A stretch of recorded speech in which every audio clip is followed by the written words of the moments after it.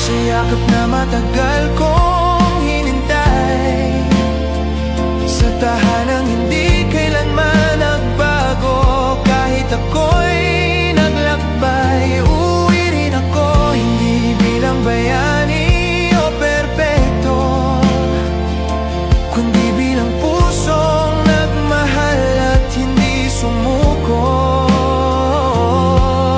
At kapag dumating ang araw na wala ng distansya, hindi na natin bibilangin ang taon, tanging ang sandaling magkasama. Kung may kulang man sa kwento ko, punuin na lang ng yakap, dahil ang mahalaga, hindi ako sumuko, hindi kayo bumitaw.